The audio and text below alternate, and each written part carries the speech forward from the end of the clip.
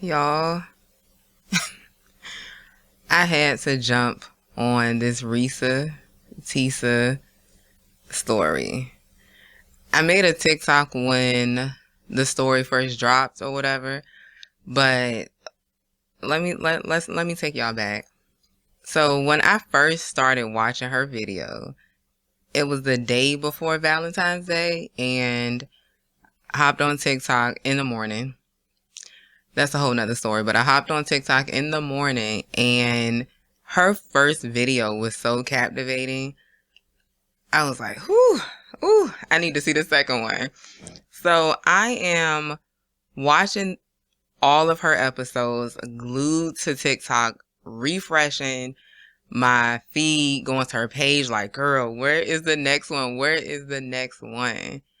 And I just couldn't believe all that unfolded with her and Legion.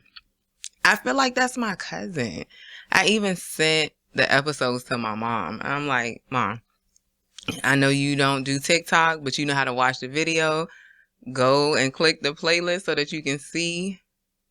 You have to see what this girl is talking about, like the stories that she went through.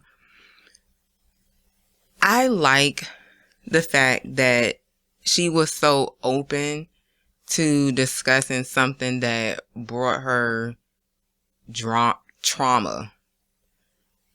She said that she was in therapy, I believe, for like a year before she even, put a video out or anything. I don't know a lot of us. I know I wouldn't. I just would never expose that much information or personal information to strangers. I wouldn't go on the internet and do it, but she did it. All right. So I would have been too ashamed. And I know some of us would have been like way, way too ashamed to kind of just let people know that you kind of fell for the okie doke. And it's embarrassing to have somebody kind of just drag you through the mud, through the dirt. It's embarrassing. But her intentions were pure, I think. And people keep saying, the only reason why she stayed was because he was paying her bills. Okay. That was probably part of it.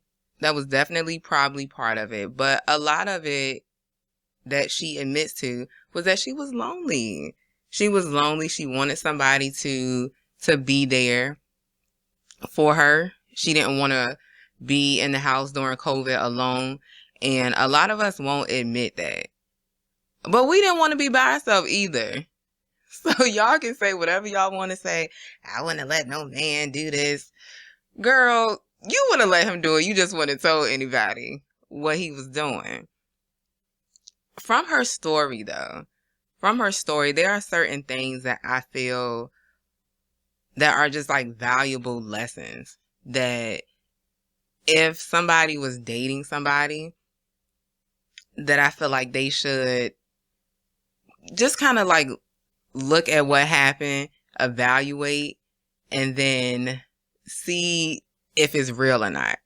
So the first thing was he went way too fast. I don't care what nobody says. They went way, way too fast. They met on Facebook dating or Tinder, one of those. And within a few weeks, they were already living together. That's too fast. It's too fast. And anytime somebody is rushing something so quickly, if you don't feel comfortable with the pace, kind of check yourself, like do a reevaluation.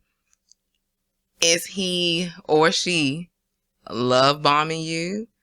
Do you feel comfortable with the pace? Because I feel like a lot of times, if something is not right, we feel it. Like we feel that it's just out of bounds, but it's like, he's cute. He got money. I'ma just go with it. And like deep down, you just don't feel comfortable. So that's like lesson one. If somebody's going way, way too fast and you don't feel comfortable with it, time to let it go. Time to let it go. The next thing, like a lesson that I got out of her 50-part series was when he was so eager to buy her a whole house. Okay. Now, all right, like maybe he was the love of her life and he just like loved her to pieces, but somebody that's willing to invest so much in somebody that they just met, what's going on? What are you like? What are you trying to do? What it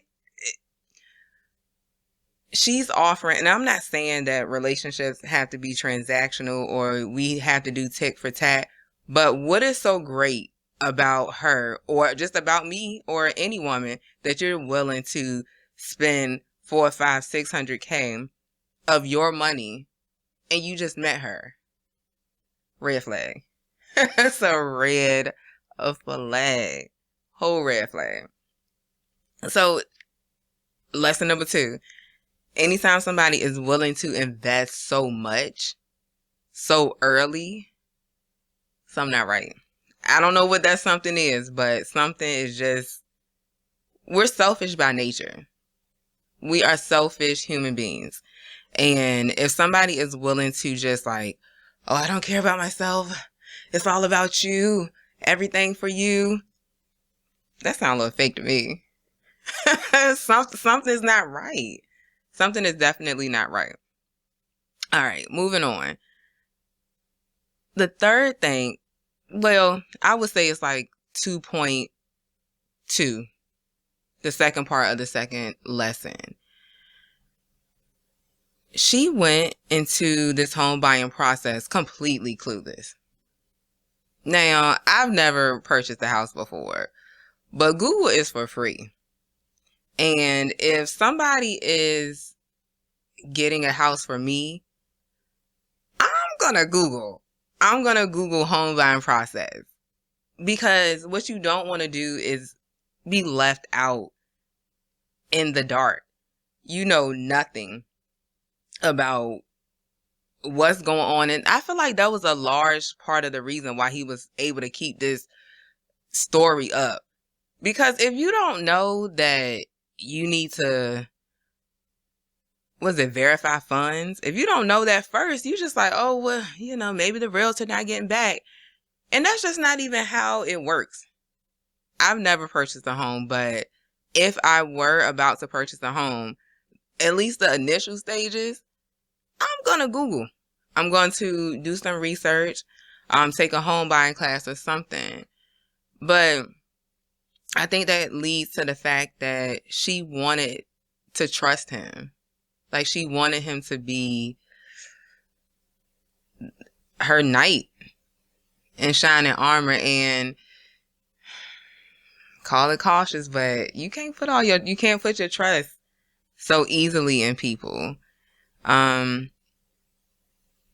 kind of have to prove it, and that's on both ends. That's on both ends. That's if you're dating a man, a woman, that's dating another woman. I don't care. Any type of relationship, you have to verify a little bit. It's like, you like me? Like I'm that great to you? All right, let me do something that would make you mad and see how you handle it. It's really hard to disguise how somebody feels when they get upset, or you do something that's like counteractive to what they want you to do. You gonna try to kill me? Like, what are you doing? But you so in love with me. I'm so like the apple of your eye. Uh-huh. Let's see what happens when I do something that you don't like. Do you really, really like me? And then the third lesson. In the back of her mind, she said that she wanted to be married. She wanted it to be her time. That's legit. That is really, really legit. People preach to us or to everybody, the Lord's going to give you what you need in his timing. Okay. Been patient, waited. All right, it's been a year, it's been 2 years. So you get it. I get the eagerness. And also another thing, we get to a certain age, women, and it becomes really, really risky to have kids.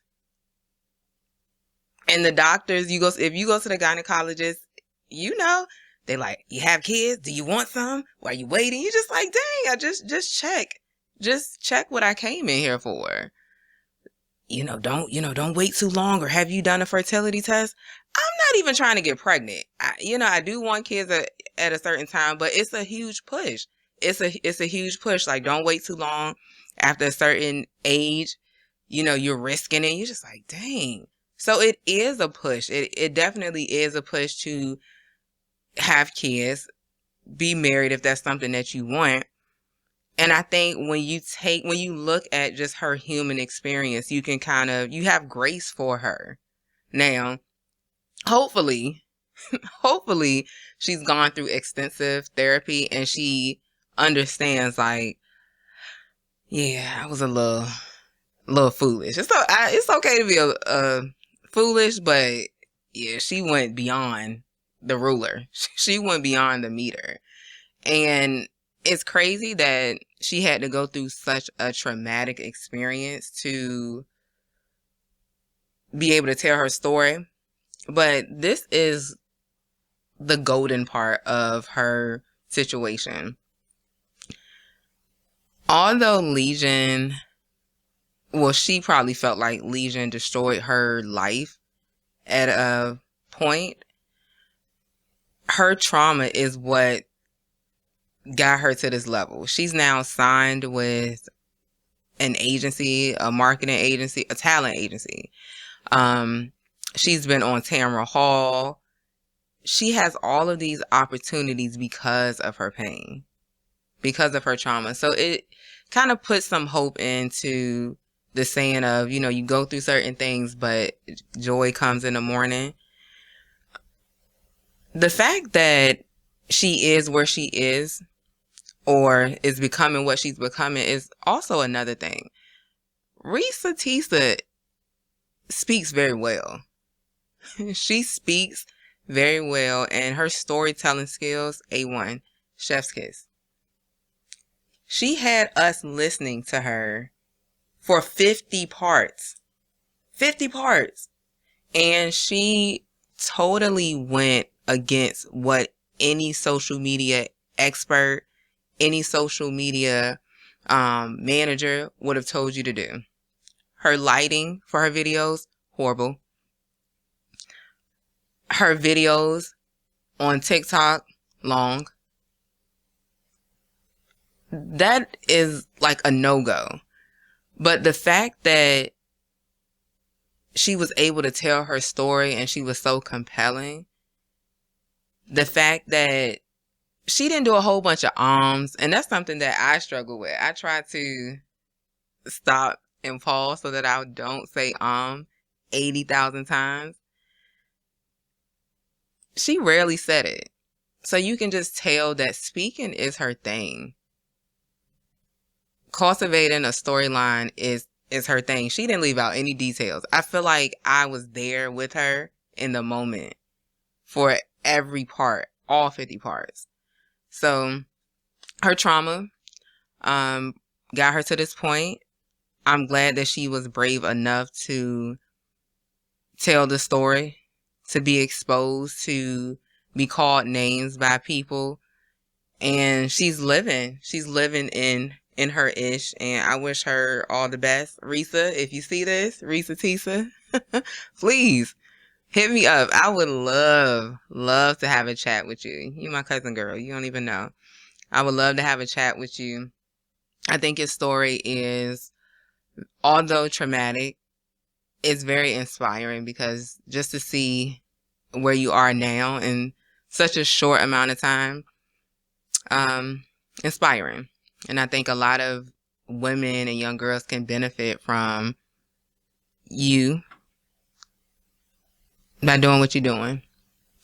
All right, y'all. So if you, not if, I know y'all have some comments about this story. Hit me up on TikTok, comment on the podcast, Instagram, email, and I'll be talking with y'all.